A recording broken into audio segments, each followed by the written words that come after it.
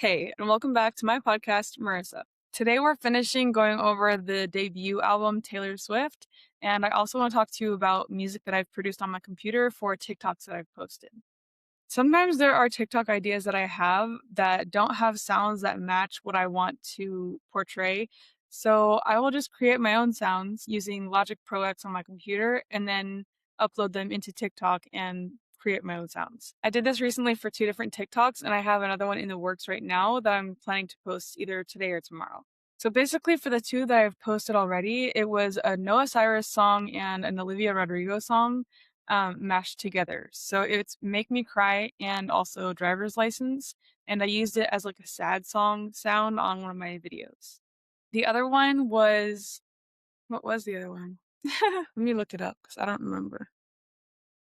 Shoot, what? Okay, so I actually lied. I only posted one of them so far, and it was the Make Me Cry and Driver's License by Noah Cyrus and Olivia Rodrigo.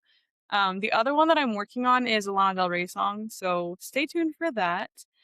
You will have to check out my TikTok page to see those videos and hear those sounds, but I do a lot of like mixing on Logic Pro to create the sounds that I want to have on my own videos. Sometimes the sounds I find on TikTok just aren't exactly what I'm looking for, so I just make my own. Okay, back to Taylor Swift. She just got married this month. I don't know what day cuz like I said I I just don't keep up with her personal life that much. But I know everybody was freaking out about it. It was at Madison Square Garden. Um yeah, so apparently it was a huge deal and a lot of celebrities went and a lot of regular people are mad about it. So I've also been told that, like, in person, my like, people in my real life have told me that they skip my Taylor Swift episodes because 'cause they're haters. I mean, they didn't say that they're haters, but that's the message I understood. So, you know who you are. Okay, so going back to last episode with Taylor Swift music, I was watching the videos and then like having you watch me watch the videos, but that just didn't really work out. To be completely transparent, it just wasn't really what I almost got in trouble for copyright. Okay, that's what it is. So we're not gonna do that anymore. I listened to all the songs, watched all the videos off camera to save you some time, and I took a bunch of notes. So here is what I learned. The debut album was released in October of 2006. So she was just a little baby musician. She was just getting started. I think she was like 16 or 17 when this first album released. All of the songs in this album are about people from her high school, so we don't really know them. Like, they're not people that we would know of now. They're not celebrities. Again, there's no Eras Tour segment where she has like the debut album set, because it doesn't fit what she was performing during her Eras Tour. She also doesn't really perform the songs from her Taylor Swift debut album ever in concert, so there's no chance that the fans will scream during pauses in her music either. So picking up where I left off last week, I listened to "Cold as You," which was a pretty sad breakup song, but I feel like it was really just a display of like she was more interested and invested in the relationship than he was. And I don't know if I can speak for all of us, but I've experienced that before. So not very fun. Then we go over to The Outside. Her song The Outside feels very fitting for me right now because she was like just figuring out her music and her style, her genre. She didn't really like I said last time, she wasn't writing pop hits every single time. At this point, she was still doing country and she was trying to find her footing in the industry. So her songs were like little baby songs that weren't super popular. And this song makes me feel like I can relate to it right now because I'm not very popular yet.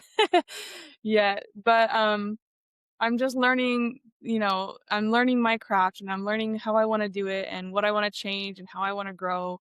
And it just felt very fitting to be listening to that for the first time ever now in this stage of my life. Most of these songs on this album I have never heard before. So this is my first time experiencing them. And because of that, I don't have any like nostalgic ties to the songs. Um, as opposed to later albums that I listened to as a child into teenage years into adulthood. So those songs I'll have a lot more to say about each song in the album in general, but for these ones, it's kind of tricky because this is the first time I've ever heard them. Most of them. I've heard a few of them, but I'm excited to see the progress that I've made 3 or 4 episodes from now versus like today. Because I just know that every time I post an episode, I'm just gonna keep getting better. Okay, so tied together with a smile.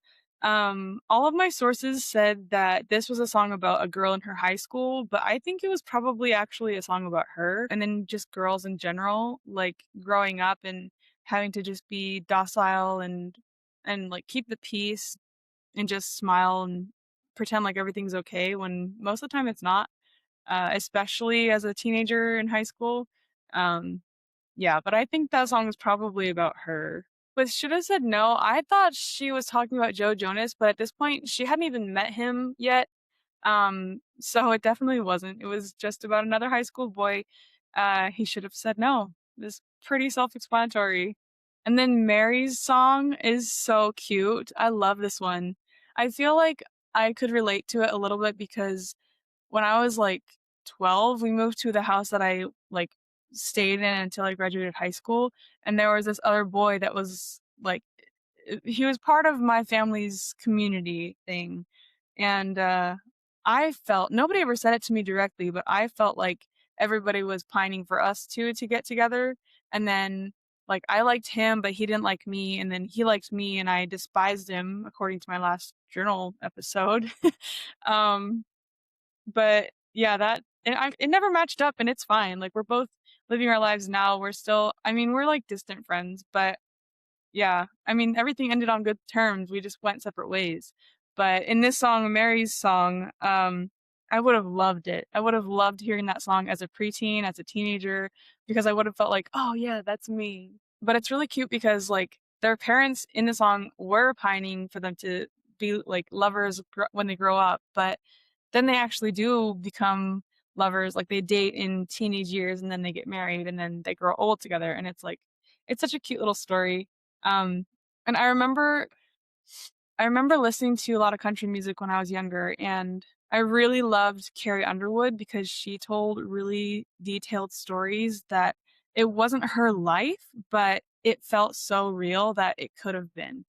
I'm glad it wasn't because she actually does live a happy life with a family and everything. But yeah, I remember really being intrigued by the storytelling of these country music artists. And I think this song would have fit into that interest if I had heard it when I was younger. Our Song is a classic. Everybody knows that song. It's really fun to think about like all the songs that I've assigned to my relationships over the years. And in this song, she says that she had never heard a song that could match their relationship as well as their song, which is like the Slam and Screen Door, all that. But it does make me recall a bunch of songs that I had assigned to previous relationships. I think I only had like 2 or 3.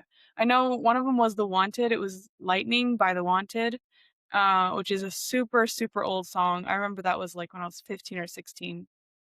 And then the other one was pretty much the entire Justin Bieber Mistletoe album. That whole album, I assigned that to a specific boy that I was interested in when I first heard that song in, I think, like 2012. And what else? Actually, those 2 that I just mentioned were for the same boy. Oh, and then of course, everybody has Chasing Cars assigned to one of their relationships. Yeah, that was a weird one. Anyway, other than that, I don't think I have a song for anyone else. With my fiance, pretty much any Justin Bieber song ever is our song because we both love Justin Bieber. I've loved him since 7th grade, so there's that. But like anytime we go somewhere, like to a restaurant or a store, every single time we hear a Justin Bieber song on the radio, like every single time. And it's various different albums and styles. Like it's not all from the latest album. It's just any Justin Bieber song. And I'll recognize it and I'll look at him and be like, that's our song. But yeah, our song is such a cute little song. I love it. And everybody knows this song. So next we have I'm Only Me When I'm With You. And for this song, when I was listening to it, it felt very Avril Lavigne. Like the verses of it were like the way she was singing and her tone, like, it sounded like Avril Lavigne, and I was like, "What the heck?" But then the chorus was very country, like banjos, you got the strings. It was I don't know. That was an experience to listen to. It's pretty self-explanatory as a song. The message is that she only feels like she can be comfortable and be herself when she's with her boyfriend. By the way, I did learn that I'm Only Me When I'm With You, Invisible, A Perfectly Good Heart, and the pop version of Teardrops on My Guitar are on the deluxe version of this album. So next we have Invisible, and this song I found very similar to You Belong With Me, but like a more sad version. She has fallen for this boy, but this boy is interested in another girl, and the boy doesn't realize how much of a better fit Taylor is for him than this other girl that he wants. So it's the same storyline as You Belong With Me. It's just like really sad. And I'm pretty sure that's also another universal experience with girls around the world. A Perfectly Good Heart was about her very first heartbreak and how she could like recover her heart and get it back to being unbroken and pure like it was before. Another sad one, but yeah, I mean, I get it because at that time in the teenage years, that's when you're feeling all the big feelings. So I get it. I get it. Okay, I've got to admit, the Teardrops on My Guitar pop version was awful, and I had to turn it off. It was just, the original is so much better. The pop version has like unnecessary drums, and it's like they were ahead of their time trying to fuse country with pop genres. It wasn't it. It was a good attempt, I guess, but yeah, the radio single mix is the better version for sure. Okay, so that is all for the debut album named Taylor Swift. She did write a bunch of songs, so I do want to note I'll also be looking into like the singles that don't appear on any of her official albums, like Crazier from the Hannah Montana movie, and then other songs that she's either featured on or wrote that she didn't sing. Like Babe by Sugarland, she wrote it, but she never really sang it officially. And then a feature song would be like Highway Don't Care with Tim McGraw, like she's featured on that song. So I'm gonna keep it aligned with the albums that I'm going over in my episodes. Like this episode is the debut album Taylor Swift. Before Fearless came out, she wrote a song for Brittany Hoover called This Is Really Happening, and it was released in 2007. This was a country song. It's a love song, and the girl basically like can't believe that she's in such a good relationship. So she's like, "Is this really happening?" Like, that kind of thing. So that's the only one that Taylor wrote but didn't sing in the time period between the first and the second album. But in 2008, she has way more. So I might have to do 2 episodes on 2008 and her Fearless era. Again, in the next few Taylor Swift episodes, there are going to be more details about boys and backstories and the behind the scenes of what's going on for these albums. It's just that in this very first one, it was the very first one and she was just starting out. So there's not a whole lot of lore or details that we needed to know. So we just don't have them. I'll be honest, I was actually dreading this episode because I don't really care for country music anymore. And I knew that this was going to be mostly country. And I knew that there were going to be songs that nobody knows and probably like not that many people care about.